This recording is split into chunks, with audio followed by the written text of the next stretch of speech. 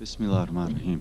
Assalamu alaikum. What I'd like to do in this short presentation is discuss a little bit first about a very, very brief history of Sufism, and then discuss very briefly the relationship between Islam and Sufism. During the Prophet ﷺ's lifetime, there were people already who desired to do more than the requirements of Muslims. Generally, they performed more fasting, they prayed more in the evening, particularly the tahajjud prayers. And over the next few centuries, there began to develop in Islamic civilization a discipline of pious self-examination and a refined, intricate religious psychology. And the specialized technical vocabulary of this discipline is now known, in English anyway, as Sufism. And anyone who investigates this vocabulary finds that it came from the Quran. It's clearly originates there. And the people who engaged in these pious activities over time became known as Sufis. And the reason being is they wore robes of wool, which in Arabic is suf. And so, in short, we can look at Sufism as not only a set of spiritual practices, but also as one of the religious sciences. Now, I'd like to discuss a little bit more in terms of just vocabulary, because we tend to use words, generally we tend to use words without necessarily thinking what they mean. They're in common discussions. I'd just like to take a little diversion. Sufism in Arabic comes from the word suf, Tasawwuf, and which you might say called the practice of wearing wool. But it's kind of ironic that the discipline of Sufism, the pious activities that Sufis do, generally speaking, are very much involved with an internal practice of the heart. And so if you think about it, it's kind of strange that people who are performing pious activities to get closer to God, a very inner type of activity, are described by what they wear. And so this is actually already by the 8th century, Al-Hasan al-Basri accused Sufis of concealing pride because people would be wearing these robes of wool pretending to be pious people. And in English, unfortunately, the word Sufism is not anymore, it has its problems because it's Sufism. It implies, particularly to people who don't know, outsiders, that there's some difference between Islam and Sufism. So this is, there's a problem of terminology here, but I'm still going to use the word Sufism since this is a common term in English. Now, what is the relationship between Sufism and other aspects of Islam? I think probably the best thing to do is to go back to an often quoted hadith, Gabriel's hadith, and it was related one day that a man came walking in from the desert where the Prophet ﷺ and his companions were sitting. One of the things that's noticed in this hadith is the fact that the man who came had an immaculately white gown. And for any of you who have been anywhere in a desert, you don't just come walking out of the desert with immaculately white clothes.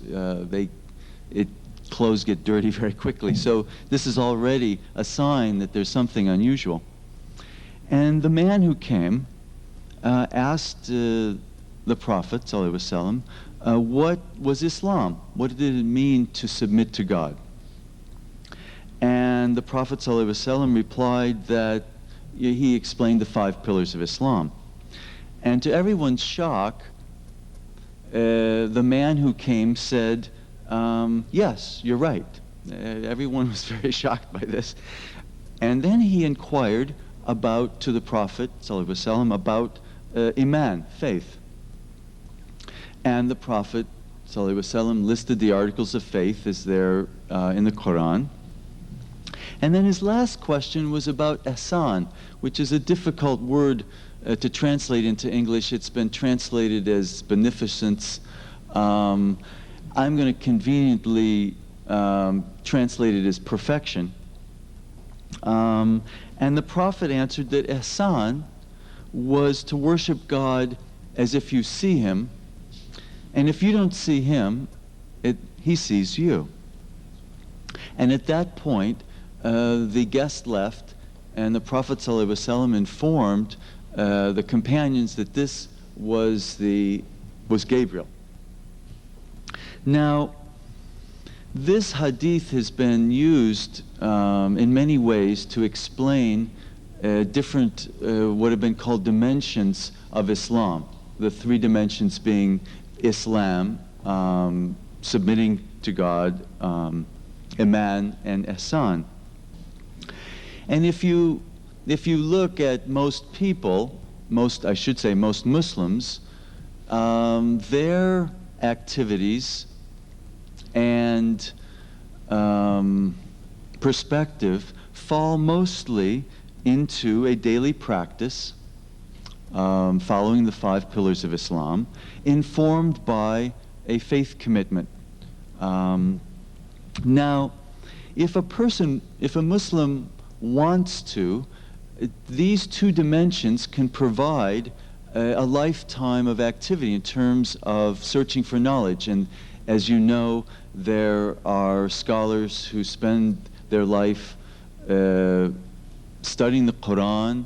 There are qaris and hafiz who spend their lives perfecting the recitation of the Quran. There are muhaddis, people who spend their lives studying Hadith. Jurists who have very many different specializations. These all fall in the realm of the science of Islam. For Iman, technically theologians and philosophers have usually specialized in this aspect. And for the 3rd dimension, it has been Sufis who usually go beyond. And I have to emphasize here that these 3 dimensions are not separate. They are very much related. And when a person is very much grounded in Islam and Iman, that person might decide to pursue the path of Tasawwuf or Ihsan. And the goal in this pursuit of perfection, or the Sufi path as it's often called, is to become more intimate or close to God. Now, there have been many ways of describing this triad. One of them that I find convenient is the circle, a diagram of a circle with radii and a center, where the circle, the outside circumference, is the Shariah, and the center, the radii leading to the center, are the various paths, typically Sufi paths, and the center is the Haqiqah and the goal of becoming close to God. There are many other metaphors for these, to describe these 3 aspects. I would like to concentrate on 2 of these aspects, namely Islam and Tasawwuf. And I would like to I'd like to see them for our purposes as two modes or aspects of spiritual involvement. Now, these aspects of spiritual involvement have been discussed very early on by very learned ulama who were also Sufis. And one way of describing this is to have a set of concentric circles. So Abul Hussein al-Nuri, a 10th century Sufi, and al-Hakim al-Tirmizi, also from the 10th century, have described the relationship between these aspects as layers in the heart, going from the breast to a more inner, the qalb, a more inner aspect which is associated with Iman, and then to the fu'ad, where there is a gnosis or an inner knowledge. And another thing I'd like to stress is that the jurists or the ulama concentrate on the aspect called Islam, while the Sufis concentrate they also are many of them are also very learned as the ulama, but they go beyond this to for perfection in their heart. Now, what makes an interesting, I don't know how to say, combination, so to speak, is that there have been, and you've probably acquainted with this, differences between people, between the ulama and the Sufis. And one of those differences is the fact that many of the people who are trained in, much as scholars today are trained, with books, feel as if they're qualified to talk about the knowledge of Sufis. And this has been a problem very early on in the history of Islam. We have one very learned alim, religious scholar and Sufi of the 13th century who said, "We have partaken of the knowledge of the jurists, but they have not partaken of ours." And this is a very important type of relationship, because in America and in Islamic countries, you have many people talking about Sufism, and not all of these people know what they're talking about. Some of these people know something of what they're talking about, and other people are actually what they say is very much in opposition to Sufism. And so one of the points I'd like to stress is that there are these levels, what I call interlocking hierarchies of knowledge, whereby a scholar who's only read about Sufism has a very limited knowledge of Sufism. And a scholar who's only read Hadith and Quran and maybe some Fiqh books cannot say very much about Sufism. Why? Because there's something different about this path of Tasawwuf and Ihsan. It goes beyond books. This is one of the limitations of scholars, whether they be scholars ulama or whether they be scholars in the university. The aspect of Tasawwuf involves a personal transformation. This is not something usually that people can get from books. This is something that has to come from someone who, him or herself, has been transformed in a similar kind of way as the Prophet ﷺ communicated roughly 1400 years ago. And this has been passed down. This this heart-to-heart transmission, just like the Quran and Hadith have been passed down, this heart-to-heart transmission has been passed down from the Prophet ﷺ. But these are all, just like Quran transmission is different than Hadith transmission, this heart-to-heart transmission also is different. And this, again, creates differences in perspective. We have Abu Sa'id Abu Khair, a Khorasani, very well-known Khorasani Sufi of the 11th century, saying, having seen, who needs reports? In other words, if a person is connected in his heart to the Prophet, why do we need this long transmission through books if you have a direct connection?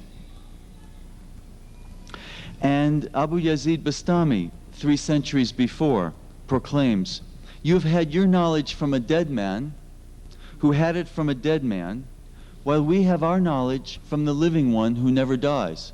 This is a very qualitative difference in knowledge. This is not something that you can get well, I can't say one can never get it from books. It's not usually something one can get from books. And I would like to end my talk with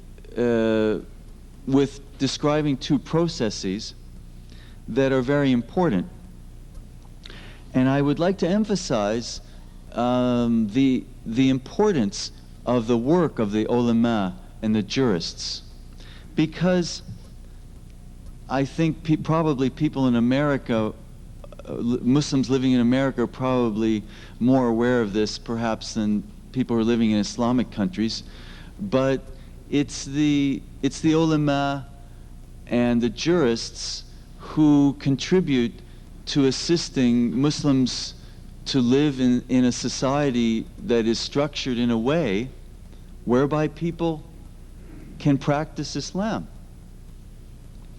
They have historically legitimized and inculcated the practice, the daily practice of Islam, and that is a basic foundation. But I think that this needs to be complemented by an inner transformation, and that's what the path of Tasawwuf is all about. One can go through all of the actions, and one can be a very devout believer, but without engaging the heart and striving to engage the heart in deeper and more profound levels, one is not really trying to fully realize and follow the path of the Prophet ﷺ. Thank you very much. Sallallahu alayka ya Rasulallah